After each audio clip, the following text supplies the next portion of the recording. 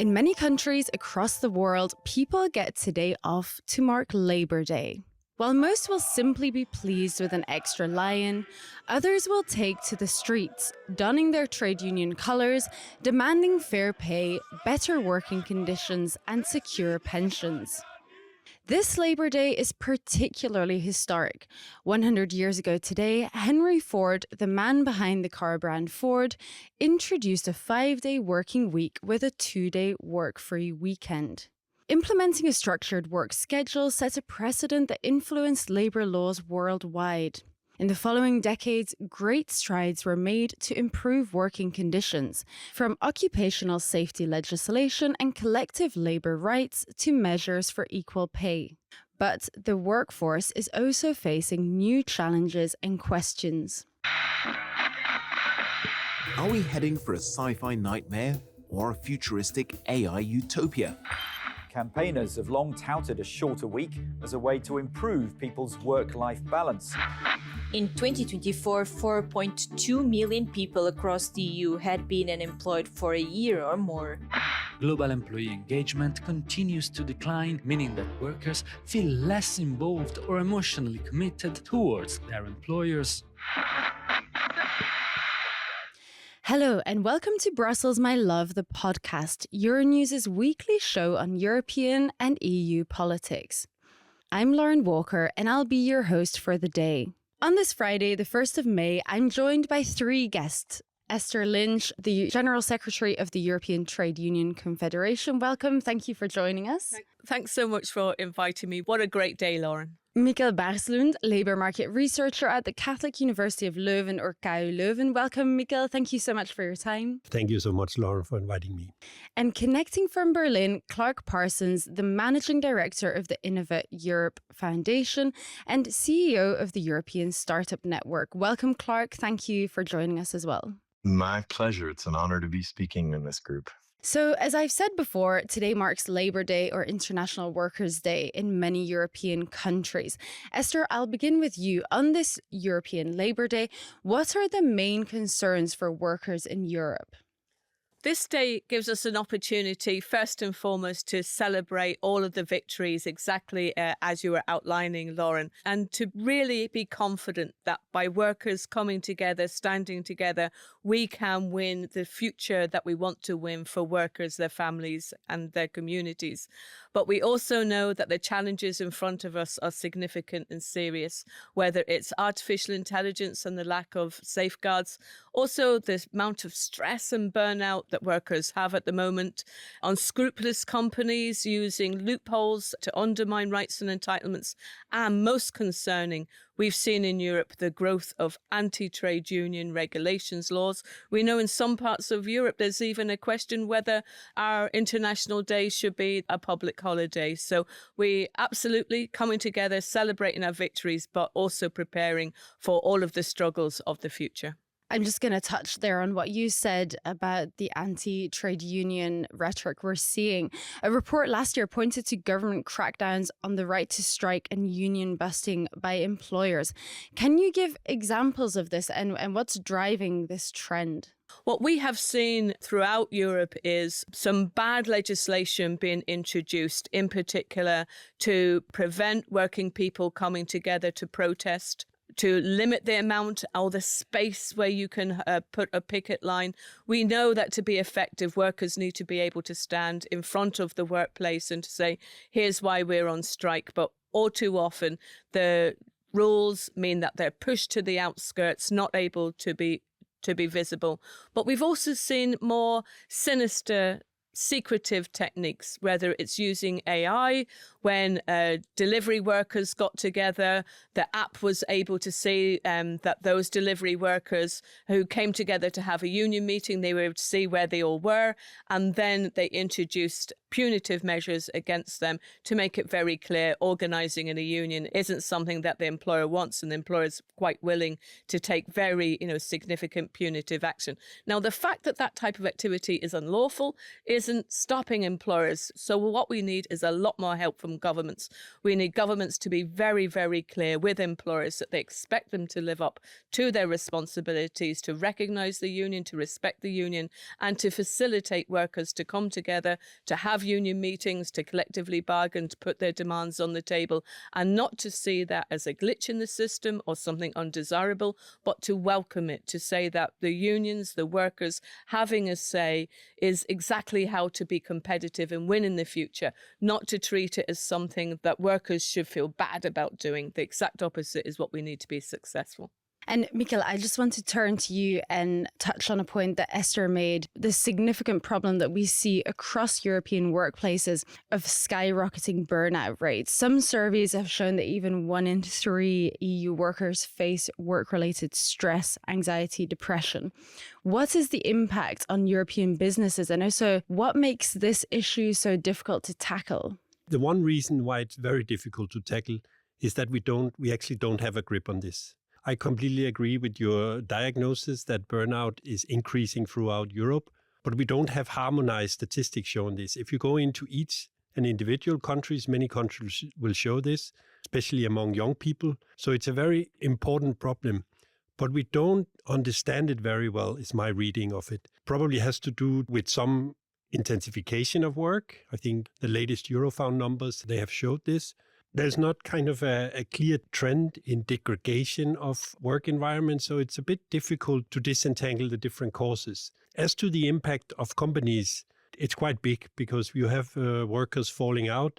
That can create vicious circles where other workers are put into pressurized situations. So I think that's an important angle to take. But again, I'm not sure we know very much about the impact other than it must be substantial since many people are out. Very interesting. And one of the other major EU agenda items that is also impacting the workforce at the moment is the EU's drive to strengthen competitiveness and innovation. Pascal Lamy, who is the former Director General of the World Trade Organization, he told us that he considers the bloc's employment laws as an obstacle to this. So let's have a listen to what he said. EU is lagging behind in disruptive innovation, and this is a drag on its growth and jobs potential. Part of the problem lies in the high cost of restructuring in case of failure, startups or new ventures. Now, what serious economics have proposed, and I support their view, is to negotiate with trade unions a specific regime for startups or new ventures that would lower the cost of restructuring above a relatively huge compensation threshold, thus addressing the fear by trade unions that this would be a door open to a larger flexibilization of restructuring operations. Now, Esther, I'll come to you in a moment because trade unions were mentioned there. But firstly, Clark, do you agree that this is a problem for the EU, and do you support the solution presented here? I'm coming from the startup world, which is actually booming right now in Europe and has really never been better. There's a lot we're working on that still needs to be fixed to make us take our place alongside the US and China in the global tech race. You know, it's really funny in the startup world, we don't really talk about workers, we talk about talent, which maybe gives you an idea of where the mindset is. One of the primary assets for startups is the talent, is the workers. It's an incredible priority of every founder to recruit the best people they can. So all of the things that, you know, have been won for workers' rights over the last century are extremely important and to be taken seriously and valued to make Europe more competitive. You know, we're looking at other things around the EU Inc. initiative, which we can get to later, talent mobility, employee stock option programs. We actually are fighting desperately to get more workers ownership of the companies they're working in. And of course, that's not a backdoor trick to try and not have them earn a fair wage. But the entire tech ecosystem is really focused on trying to attract the best talent in the world and from all around Europe and win them. And so when I hear that we're behind because we don't have enough disruptive innovation, yes, I can agree with that. But I put, the causes there on things like not enough growth capital or some other elements. But the high cost of restructuring is something, that's a nice problem to have for most startups. They would like to survive long enough to be big enough to need to be restructured. The thing that's holding Europe's tech sector back is not necessarily stuff related to, let's say, bad laws around workers' rights. That's really, honestly, the Americans are coming here because they like the workers' rights. You mentioned there this EU Inc. or the 28th regime proposal, which of course is aimed at startups and ensuring that they can be more competitive. But Esther, I think you can touch on this. There are concerns from trade unions that, for example, this specific measure could maybe be used by other companies and could be drawn out much more widely to, for example, opt out of national labour laws. What are your concerns around these measures that are on the table in the EU to drive competitiveness? I'm very concerned whenever I hear anybody saying that it's workers' fault. Nothing could be farther from the truth. I meet workers time and time again who want to get access to training. They want to be involved in the discussions in the company about what the transitions are. They often have very good ideas about that because they see, where the company can be more competitive. And what I see is the lack of investment in workers, in technology. They're not given the time off for training. The training's not made available to them. So it's very far, and I'm very happy to hear workers being thought about, the talent and what they bring. And that's the type of energy and thinking and approach that we need to have. And that's what's going to make Europe a lot more successful. But importantly, how do we then share the benefits? Because what we've seen, workers come to the table, they bring everything every day to work. And then when it comes to the fair share of the profits, it's just not going. And that's not just a political comment, that's a scientific comment, that the productivity has not been shared with workers, and it also has not gone back in investment. It's the top was, say, 1-2%. I'm very happy as well that Europe is focusing on the need to support people to start companies, to help scale up, and really for us to identify a lot of, practical supports and access to capital, patient capital, to think about that when you do start a company and it closes, you shouldn't lose your home, your parents shouldn't have to lose your home. Like all of those measures are so important, but none of those are in the EU Inc. proposal, that it's going to undermine every single employment right that everybody is currently protected by around Europe by making it possible for a company, no matter, it's not just startups, it's all companies, to be able to choose that the place in which they're registered is not the place where the workers are. And this proposal says they will only have to comply with the laws where they're based, where the company is based, not where the workers are. We're also very concerned that you can start a company in 2 days and you can close it just as quickly. And then finally, the share options, that creates a whole new form of bogus self-employment. It pretends that the worker is not a worker, and it says, and instead of getting a wage, you're going to get share options. Share options should be something that you get on top of your wage, on top of your employment contract, and they shouldn't be missold to the worker. If I could maybe just answer one or two things about EU Inc., because I think it's really important. It's the most important topic for us right now in the startup world. But there are a few things that are important to us that I think, I would like to at least push back on. One is, of course, share options. The way that employee stock options work in the startup world is they are on top. You get a salary, it's fixed. You might even get a bonus. But in addition to that, you get the ability to buy into the company and have some real ownership. So that's just a standard thing in the tech world. It's been going on for 40 years. So a lot of the complaints that you'll find coming from the trade unions are ones that we would say, hey, fine with us, that's not our battle. I think when we sit down and have a dialogue with each other, we're going to find a whole lot of areas where we completely agree, and I think can present perhaps a united front when the European Parliament comes out with its proposals. And Mikkel, I think one elephant in the room that has been named by a few people already when it comes to employees' concerns is, of course, AI. Are European jobs at risk with the rise of AI? I don't think we know yet. Indeed, one can tell a good story, a good consistent story of why young people will struggle, because AI is able to take over many entry-level jobs in some sectors at least. So that would be difficult for young people to go into these jobs. I think there's been a few academic studies seeing some signs of this, but there have also been a few saying this is not really an issue. So I think that's the first point. We don't know yet at this point. There's another aspect of AI, which is, of course, important, and is the surveillance perspective going under the heading of algorithmic management, where there is some concern that advanced AI can much more intrusive surveillance of employers, causing more stress, getting back to the burnout we talked about before. Well, Clark, as Mikkel says, it's difficult to say at the moment what we can expect. But from what you see on the ground, is AI for startups harmful or helpful, would you say? Across all jobs and all industries, AI is leading to incredibly massive disruption.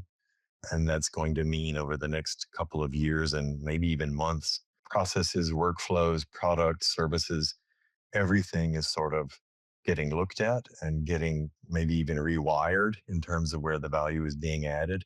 And that's going to be massively disruptive. But AI as a sector is something for Europe that is an incredibly exciting story right now, because what we are seeing, a year or two ago, people might have thought that the race was already over and China and the US have won.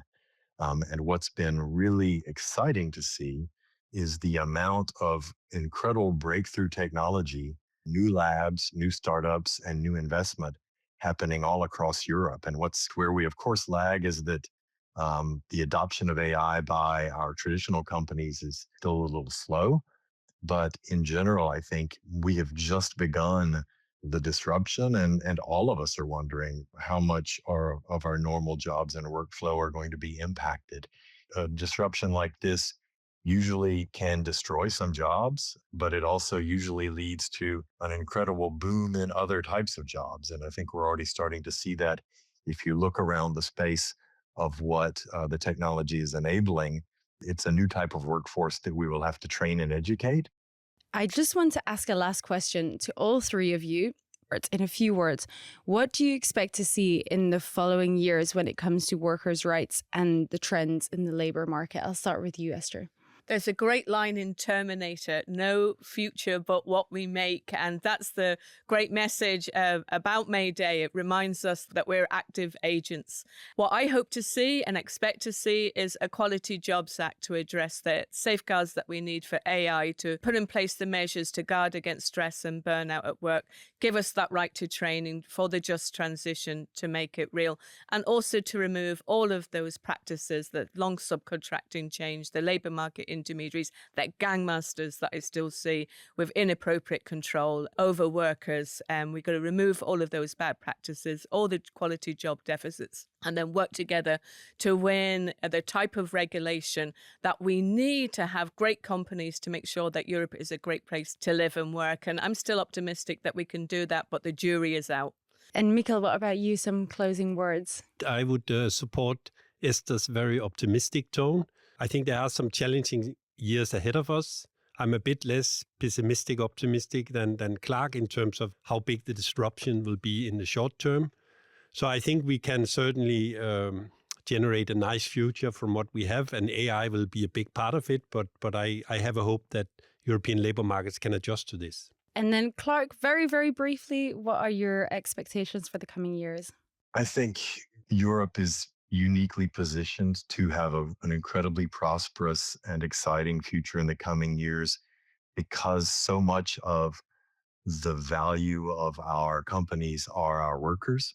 Again, we refer to them as talent, and the technology areas where Europe is seeing a future for itself around deep technology, research-based things, are things where Europe is incredibly strong.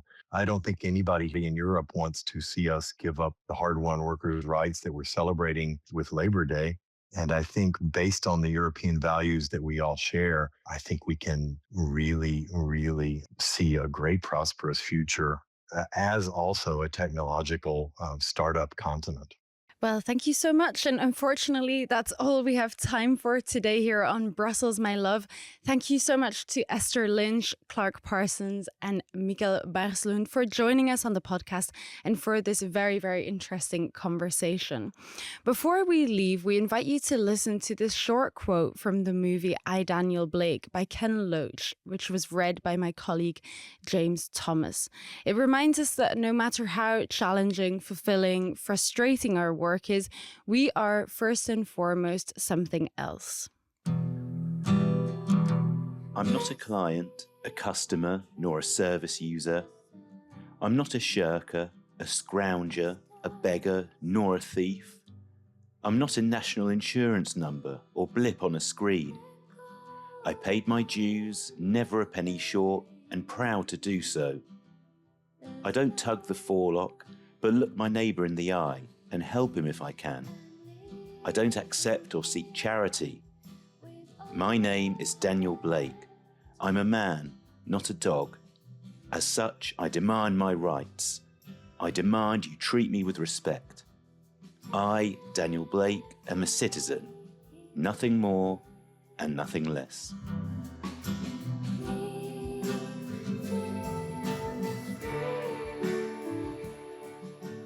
So whether you're out marching today or having a well-deserved rest, we hope you have a great Labour Day and wish you a lovely weekend. As always, we'll be back this time next week. This show was created by Maeve McMahon, and this episode was written and presented by me, Lauren Walker, and co-written and produced by Alice Carnavali.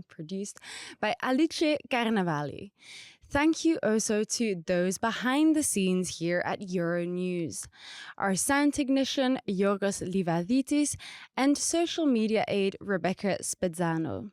If you aren't already, you can listen to this series on Apple Podcasts, Spotify, or wherever you get your podcasts.